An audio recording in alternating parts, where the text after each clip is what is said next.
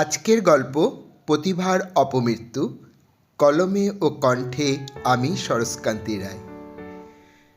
অষ্টম শ্রেণীতে পাঠরতা কন্যা মমতা গ্রামের বাড়ি, সুন্দর পরিবেশে সে লালিত পালিত হয়ে বেড়ে উঠেছে। তারই পাশে বাড়ি তার বন্ধু স্বপ্না। স্বপ্না আর মমতা 5 দিনের পার্থক্যে তারা জন্মগ্রহণ করেছে। পাশাপাশি বাড়ি, এবং শুধু পাশাপাশি বাড়ি নয়, তাদের দুজনারই বাবা পরম বন্ধু। তারা একসঙ্গে তাদের বাজারে ব্যবসা বাণিজ্য করে, কঠোর পরিশ্রম করে দুটি মেয়েকেই তারা সুন্দর জীবন দিতে বদ্ধপরিকর।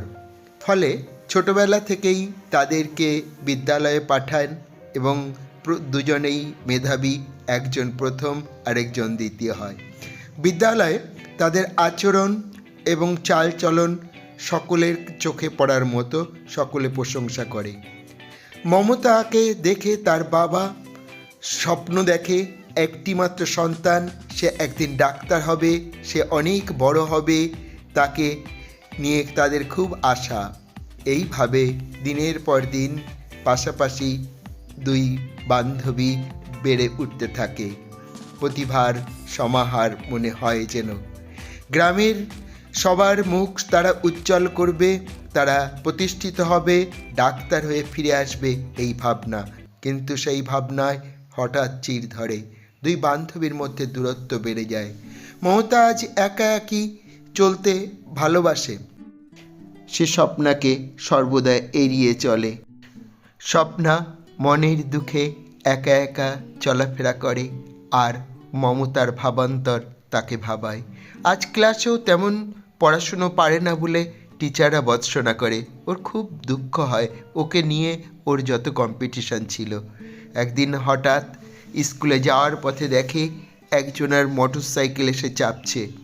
তারপর ওর পাশ দিয়ে হু হু করে মোটর সাইকেল এসে বেরিয়ে যায়।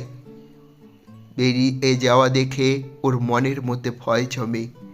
ও সারাটা দিন স্কুলে অস্বস্তিতে কাটায়, মনে ভাবে কেউ ওই ছেলেটি খুব খারাপ, পাড়ার সবাই জানে, ও ওকে বিক্রি করে দেবে না তো দূরে নিয়ে, কারণ ও বিদেশে কাজ করে, এরকম বলে বেড়ায়। তারপর বাড়িতে ফিরে ও সোজা চলে যায় মমতাদের বাড়ি। মমতাদের বাড়িকে কাউকে পায় না।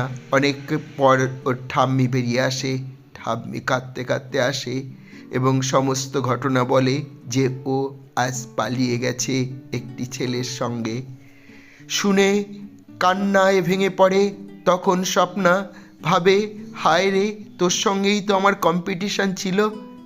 মমতা আজ কোথায় কেউ জানে না।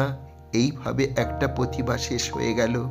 নমস্কার, সবাইকে আমার শুভেচ্ছা রইল।